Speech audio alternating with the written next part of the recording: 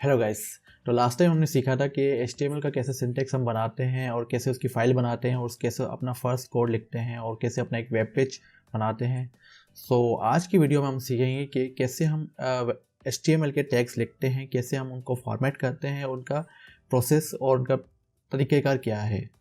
अब हम चलते हैं अपने VS कोड की तरफ। गाइस, आप देख सकते हैं कि ये है हमारा आज का जो टॉपिक, जिसमें हम पढ़ेंगे text formatting, image tags, list, other useful tags जो होते हैं और जो बेस्ट प्रैक्टिसेस होती हैं वो हम पढ़ेंगे आज के वीडियो में। सबसे पहले हम देखेंगे कि हमारा जो कोड, ये हम HTML फाइल बनाएंगे index.html एंड हम यहाँ पर लिखेंगे एक्सक्लेमेशन मार्क एंटर।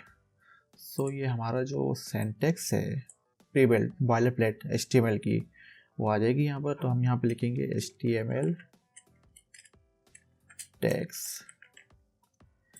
यहाँ पर सबसे पहले हम देखेंगे कि H1 ये बेसिकली एक हेडिंग टैग है, ठीक है। इसके 6 टाइप्स होते हैं। मैं आपको शो करा सकता हूँ H1 and this is my website. जब हम इसको गो लाइव करेंगे तो हम इसकी लिंक ओपन कर सकते हैं पेज पे एंड वो हमें यहाँ शो होगी। दिस इज़ माय वेबसाइट, ठीक है। एंड चलो हम चलते हैं, यहाँ पर हम क्लिक करेंगे अब H2। This is my website. Basically इसको कॉपी पेस्ट कर लेते हैं।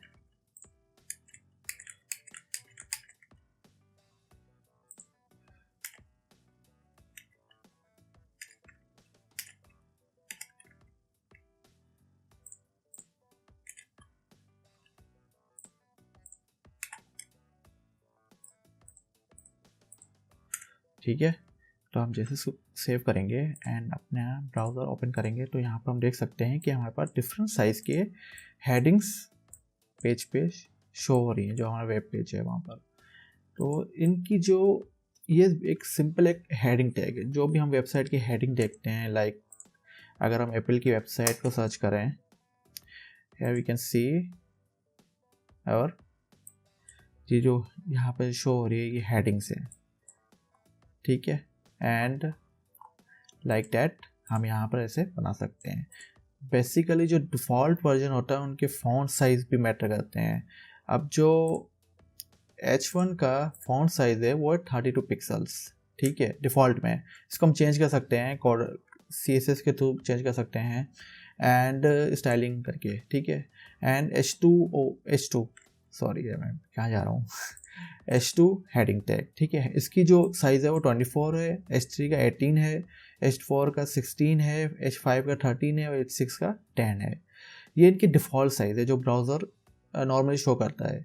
हम इसकी जो साइजेस हैं वो डिफरेंट रख सकते हैं। हम अगर कोई वेबसाइट बना रहे हैं तो उनके कोई एक इस टाइप का वेरिएबल बना सकते हैं, वेरिएबल फ़ॉन्ट साइज़ बना सकते हैं, जिसमें हम वो एक सेम फ़ॉन्ट साइज़ हर हेडिंग को दे सकते हैं। अब चलते हैं अपने नेक्स्ट टैग की तरफ। जो हमारा नेक्स्ट टैग है वो है पैराग्राफ।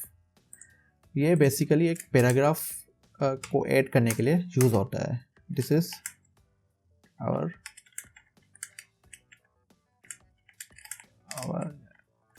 paragraph।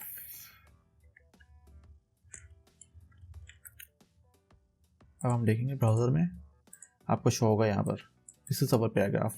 इसका जो नॉर्मल साइज़ होता है आई थिंक 16 होता है, या इसका 16 पिक्सल्स होता है। बाकी हम कम और ज़्यादा कर सकते हैं। जो ये BR टैग है ये यूज़ होता है लाइन ब्रेक के लिए। अगर हम suppose let me give you an example, यहाँ पर हम लिखें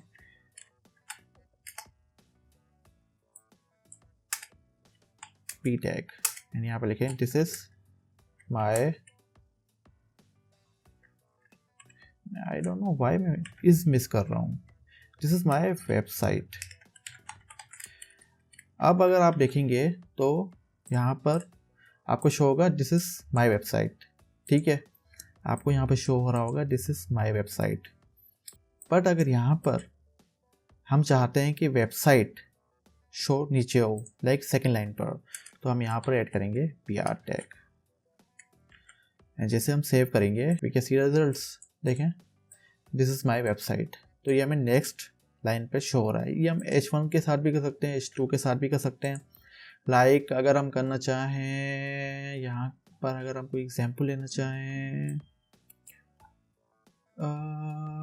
लाइक हम इस चीज़ को भी एक सिंगल H1 में लिख सकते हैं, बट अगर मुझे कोई अच्छा एग्जांपल मिल जाए इसका, then it will be much better.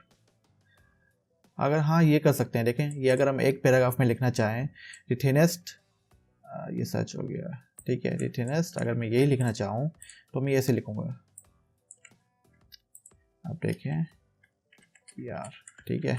अगर हम उसको सेव करें, we can see the thinnest iPhone ever with the power of pro side, ठीक है। तो हम चलते हैं अब दूसरे टैग की तरफ। दूसरा टैग है B tag, and B tag are strong tag. Well basically मैं पहले इसका यूजेज आपको बता देता हूँ, इसका फिर डिफरेंस भी बताऊँगा। वेल ये बी टैग मोस्टली यूज़ होता है किसी भी टेक्स्ट को बोल्ड करने के लिए। लाइक अगर मैं यहाँ पे लिखूँ बी एंड ये जो लाइन है, इसको लेके जाकर यहाँ पर प्लेस कर देता हूँ, ठीक है। अब अगर हम देखेंगे ब्राउज़र पे तो हमें शो होगा कि ये थोड़ा कैपिटल हो चुका है,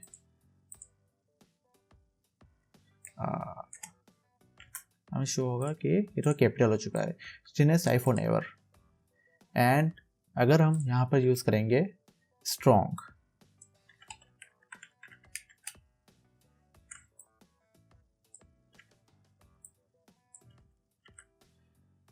एंड हम ब्राउज़र की तरफ चलेंगे तो ये हमें कोई भी चेंजेस शो नहीं होंगे। मोस्टली जो स्ट्रॉन्ग और बी टैग है ये यूज ही होता है किसी भी टेक्स्ट को बोल्ड करने के लिए, बट जो स्ट्रॉन्ग टैग है, ये स्ट्रॉन्ग टैग एक जस्ट शो करता है कि हम किसी भी वर्ड को एक स्ट्रॉन्ग, लाइक उसकी स्ट्रॉन्ग वैल्यू रखना चाहते हैं। और बी टैग नॉर्मली एक किसी भी टेक्स्ट को बोल्ड करने के लिए यूज़ होता है। स्ट्रॉन्ग हम तब यूज़ करते हैं जब हम किसी चीज़ को स्ट्रॉन्ग मतलब ज़्यादा इंपॉर्टेंस देना चाहते हैं। आई होप आपको ये चीज़ समझ आ गई होगी। And now we can go for I and EM। Well EM emphasis से निकला है, ये यूज़ होता है इटैलिक करने के लिए, किसी भी वर्ड को, किसी भी सेंटेंस को इटैलिक करने के लिए। लाइक हम जाएंगे यहाँ पर, हम कोड लिखेंगे इटैलिक आई थिनेस्ट आईफोन एवर,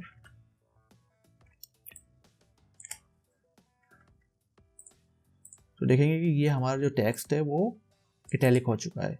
वेल अगर हम EM भी लिखेंगे तो भी हमें सेम ही रिजल्ट्स मिलेंगे, बट इनमें भी एक डिफरेंस है कि EM हम तब यूज़ करते हैं जब हम एम्फेसिस बढ़ाना चाहते हैं, एंड आई हम तब आई इसलिए यूज़ करते हैं लाइक अगर हम किसी चीज़ को किसी टेक्स्ट से अलग करना चाहते हैं। लाइक अगर आप देखेंगे तो यहाँ पर ये द थिनेस्ट आईफोन एवर एक अलग हो चुका है, लाइक एक एवर नहीं, द थिनेस्ट आईफोन एक अलग हो चुका है, मतलब अब इसकी एक अलग इमेज है, ये अलग ही दिखा रहा है अपने आप को। तो उसके लिए हम आई यूज़ करते हैं अगर हम किसी सेंटेंस में एम्फेसिस डालना है। लाइक अगर हम देखेंगे तो एज अ विजिटर हमें सेम ही इसका इफेक्ट नज़र आएगा, लेकिन एज अ डेवलपर अगर आप ऐड करना चाहते हैं या किसी सेंटेंस में एम्फेसिस दिखाना चाहते हैं तो EM यूज़ करेंगे, या अगर आप किसी वर्ड को बिल्कुल ही अलग दिखाना चाहते हैं पूरे पैराग्राफ में तो आप आई यूज़ करेंगे इटैलिक, सही है। सो हम चलते हैं अब अपने नेक्स्ट टैग की तरफ, दैट इज अंडरलाइन। ये जस्ट एक सिंपल अंडरलाइन करने के लिए यूज़ होता है। अब हम इसको हटा देते हैं सबको। अगर हम यहाँ यूज़ करें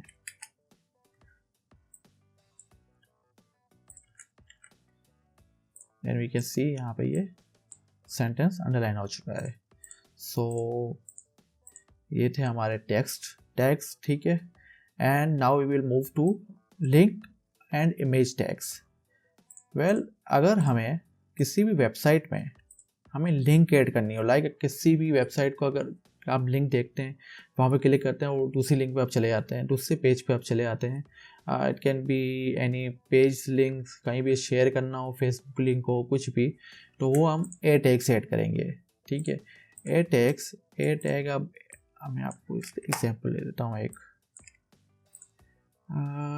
BR पढ़ा रहे, सही है ना। एंड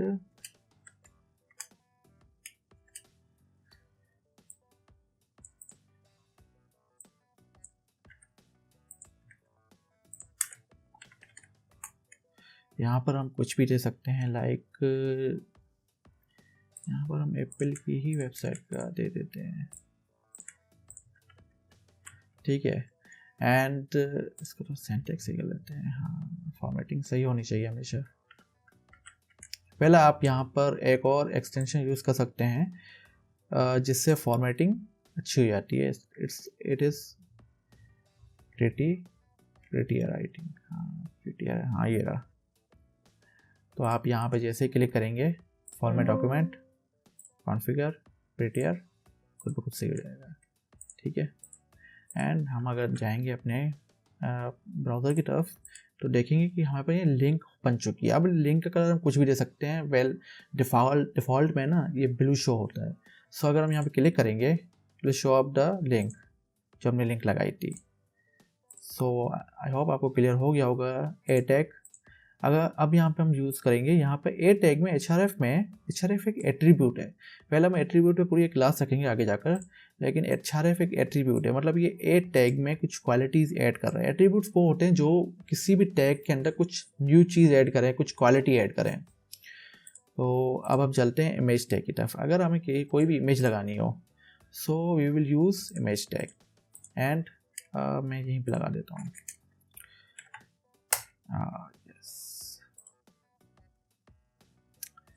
यहाँ पर हम कोई भी इमेज ले लेते हैं, पिक्सल्स,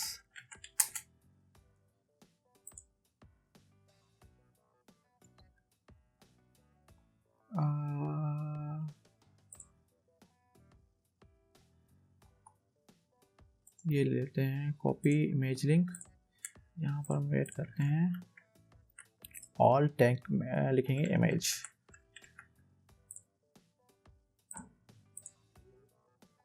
तो हमें ये इमेज शो हो गया। अब अगर हम इसका तो साइज कम कर लें, रखेंगे 200 पिक्सल, हाइट रखेंगे 200 पिक्सल। आप देखें, हाँ लुक मच बेटर। तो हम देख सकते हैं यहाँ पे इमेज ऐड हो चुकी है। वेल अगर हम इसको हटाएंगे जो हमने पहले लिखा था, then it will look good, ठीक है। तो हमारा इमेज टैग भी कंप्लीट हो चुका है। तो लिंक टैग और इमेज टैग कंप्लीट हो चुके हैं। अब हम जाएंगे लिस्ट टैग की तरफ, ठीक है। लिस्ट इस्तेमाल होती हैं अगर कोई भी हमें लिस्ट बनानी हो, लाइक अब चलो बनाते हैं। यहाँ पे देखें दो किस्म की लिस्ट होती है, एक ऑर्डर लिस्ट लाइक जिसमें हम नंबर 1 2 3 4 ABCD रोमन्स में लिखते हैं 1 2 3 4, ठीक है। और एक होती है जो हम डॉट्स लगाते हैं, कोई भी एक रैंडम होता है जिसमें कोई नंबर नहीं होता, वो अनऑर्डर्ड होता है। लाइक नंबर 1 नीचे भी सकते हैं, ऊपर भी आ सकता है, जहाँ पे हमें नंबर्स की वैल्यू नहीं इतनी दिखानी होती, तो वहाँ पर हम अनऑर्डर लिख सकते हैं। सो अनऑर्डर लिस्ट ऐसे लिखी जाती है UL, उसके अंदर जो लिस्ट आइटम्स होते हैं। एंड यहाँ पर हम लिखेंगे लाइक अगर हम कोई लिस्ट बना रहे हैं लाइक एप्पल एंड ऑरेंज,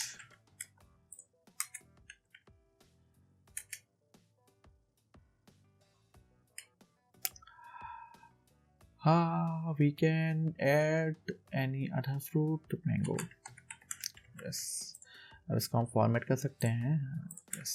हम सेव करेंगे एंड हम ब्राउज़र की तरफ चलेंगे। तो आप देख सकते हैं हमारी लिस्ट रेडी हो चुकी है। यहाँ पर ये जस्ट एक लिस्ट है, यहाँ पर अनऑर्डर लिस्ट कहते हैं इसको, हम ये ऐड कर सकते हैं।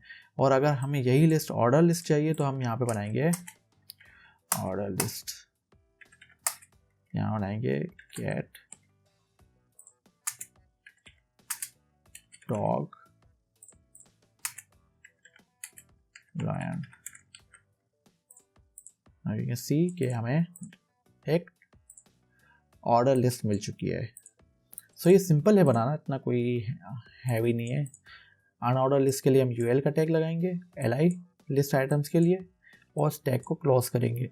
एंड जो अनऑर्डर लिस्ट है उसके लिए हम ऑर्डर लिस्ट है उसके लिए हम ऑयल लगाएंगे, order list and list items. So अब हम चलेंगे अपने अदर यूजफुल टैग्स की तरफ, जो एच आर टैग, ये जस्ट एक डिवाइडर है। लाइक अगर हम इस दोनों लिस्ट को अलग करना चाहते हैं तो हम यहाँ पे लिखेंगे एच आर, एंड ये हमारी लिस्ट अलग हो चुकी है, लेकिन लाइन एक ऐड हो जाएगी। ये जस्ट एक लाइन ऐड करता है जिसमें हम यहाँ पे लाइन ऐड हो जाएगी। एंड हम मूव करेंगे डिव की तरफ। डिव एक ब्लॉक या कंटेनर टैग है जिसमें हम कोई भी एक लाइक कंटेनर, अगर मैं आपको दिखा दूँ, अगर ये एप्पल की वेबसाइट देख लें तो ये एक चीज़ है, ये पूरा एक सेक्शन एक कंटेनर बन सकता है, एक डिव बन सकता है, ये डिव के अंदर आ सकता है पूरा एक, ये डिव के अंदर आ सकता है जो उतना साइज ले रहा है, ये डिव के अंदर आ सकता है, ये डिव के अंदर आ सकता है, एक जस्ट कंटेनर है, ठीक है। एंड कंटेनर जो भी इसके अंदर आएगा, लाइक कोई भी पी टैग हो गया, एच टैग हो गया, एमएच टैग हो गया, मल्टीपल डिव टैग्स आ सकते हैं डिव टैग के अंदर। सो डिव टैग एक नॉर्मली एक कंटेनर है, या डिवीजन ब्लॉक कह सकते हैं हम इसको, कंटेनर है, ठीक है। हम बनाएंगे इसको डिव, हम इसको रीड करते हैं डिव, इसमें लिखेंगे h1, this is my website paragraph lorem, ठीक है। lorem ipsum जस्ट एक टेक्स्ट, रैंडम टेक्स्ट हम ऐड कर सकते हैं अगर हमारे पास कोई टेक्स्ट ना हो। सो अब हमने इसको एक डिव के अंदर कवर कर लिया। अब हम इस डिव को अलग कहीं भी स्टाइलिंग कर सकते हैं, कुछ भी न्यू कलर देना चाहिए, कोई भी न्यू बैकग्राउंड देना चाहते हैं, कोई कुछ भी न्यू स्टाइलिंग देना चाहते हैं, वो हम ऐड कर सकते हैं इस डिव के अंदर। सो ये कंटेनर के अंदर h1 और h1 और p एक कंटेनर के अंदर आ चुके हैं। सो आप देख सकते हैं, ये एक्सटेंशन बंद करनी पड़ेगी मुझे। सो आप देख सकते हैं। एंड हमारे पास और क्या था, स्पैन टैग। अब देखें, स्पैन टैग का एग्जांपल मैं आपको दे देता हूँ। लाइक मैं यही दे देता हूँ, लाइक अगर मैं चाहता हूँ दिस माय वेबसाइट को मैं कुछ अलग कलर दूँ, कुछ अलग कलर दूँ, लाइक स्टाइल कलर ब्लू। ये मैं आपको स्टाइलिंग करना सिखाऊंगा, लेकिन अभी के लिए जस्ट आप एक आइडिया लगा सकते हैं हम स्पैन टैग क्यों यूज़ करेंगे। स्पैन टैग हम तब यूज़ करेंगे जब हमें कुछ अलग, लाइक एक टेक्स्ट चल रहा है, उसके अंदर हमें कुछ चेंजेस करने हैं, लेकिन कुछ पॉइंट्स पे चेंजेस करने। लाइक ये पूरी हेडिंग थी, अब इस हेडिंग में हमें कुछ एलिमेंट्स पे कह सकते हैं, कुछ वर्ड्स पे हमें कुछ कलर लगाना था, वो हम ऐड करना चाहते थे। सो अगर हम देखेंगे ब्राउज़र पे तो हमारा कलर लग चुका है, एंड इन दोनों पे लगाना चाहते थे तो हमने स्पैन टैग के अंदर इसको कवर कर लिया एंड कलर दे दिया। ये भी एक जस्ट कंटेनर है, लेकिन इस कंटेनर का जो डिस्प्ले होता है वो इनलाइन होता है, एंड जो डिव का होता है वो ब्लॉक होता है डिफ़ॉल्ट। वैसे हम चेंज कर सकते हैं इसको भी। कमेंट्स एंड बेस्ट प्रैक्टिसेस, ठीक है। अब अगर हमने यहाँ पर एक हेडिंग बना दी, लाइक अगर कोई न्यू डेवलपर आता है, कोई लंबा कोड है, लाइक ये कोड तो 15 लाइन्स का हो गया, बट अगर कोई कोड होता है जो 15,000 लाइन्स का हो, तो फिर हम वहाँ पर ऐड करेंगे कमेंट्स, ताकि उनको पता चले कि हमने क्या लिखा है और क्यों लिखा है। लाइक अगर हम बताना चाहते हैं, यहाँ पे लिखें दिस इज अ हेडिंग। अब ये जो कमेंट्स हैं वो शो नहीं होंगे वेबसाइट पे, विजिटर्स कोई भी नहीं देख सकता, ये जस्ट आपके लिए होंगे, डेवलपर के लिए होंगे जो कोडिंग साइड पे कोडिंग करेगा, उनको बताने के लिए होंगे, गाइड करने के लिए होंगे कि ये क्या चीज़ है। दैट्स इट, इनका और कोई यूज़ नहीं है। लेकिन कमेंट्स देना, कमेंट्स लिखना कोड के लिए बहुत इंपॉर्टेंट होता है, क्योंकि इससे हम बताते हैं कि हमारा कोड एक डॉक्यूमेंटेशन की तरफ जा रहा है। लाइक अगर हम हर किसी भी चीज़ की अगर डॉक्यूमेंटेशन नहीं मिल रही और हम उसका कोड देंगे, उस पर कमेंट्स हैं, सब कुछ लिखा हुआ है इसके अंदर कि ये चीज़ हमने क्यों ऐड की है, किस लिए ऐड किया, इसका काम क्या है, इसकी फंक्शनैलिटी क्या है, तो उससे हम इजीली अंदाज़ा लगा सकते हैं कि इस चीज़ को एडिट कैसे करना है, इस चीज़ को समझना कैसे, इस चीज़ में फंक्शनैलिटी ऐड कैसे करनी है। लाइक किसी वेबसाइट में हमें कोई नई चीज़ ऐड करनी है और वो किसी पुराने डेवलपर ने ऐड किए हो, अगर उसने कमेंट्स ऐड किए होंगे कि ये क्लास या ये फंक्शन या ये h1 टैग या p टैग क्यों हमने ऐड किया था, तो वो इजीली न्यू जो डेवलपर होगा वो अंदाज़ा लगा सकता है कि हम ये चीज़ इसलिए यूज़ हो रही है यहाँ पर, तो उसको उस चीज़ पे अगर कोई चेंज करना है तो वो इजीली कर सकता है। सो आई होप आपको इस बात समझ आ गई होगी। एंड अब यहाँ पे बेस्ट प्रैक्टिसेस ये यूज़ होती हैं कि कमेंट सेट करनी चाहिए और प्रॉपर इंडेंटेशन होनी चाहिए। इसका क्या मतलब है, लाइक अगर हम ऐसा नहीं होना चाहिए, लाइक ये हमें शो होना चाहिए कि ये डिव टैग के अंदर आ रहे हैं। सो लाइक दैट हम ये फॉर्मेट करके भी कर सकते हैं, ठीक है। And close all tags properly. अब सब टैग्स की जो क्लोजिंग टैग्स होते हैं वो देना लाजमी होता है। HR के नहीं है लेकिन हम दे सकते हैं HR के भी। सो आई होप सब टॉपिक्स कवर हो चुके हैं इसमें। यप, सो आज के लिए इतना ही। हम बाकी की चीज़ें नेक्स्ट वीडियो में पढ़ेंगे। आई होप आपको सब कुछ चीज़ें समझ आ गई होंगी। अगर फिर भी कोई डाउट है तो आप कमेंट्स में बता सकते हैं, I will help you out.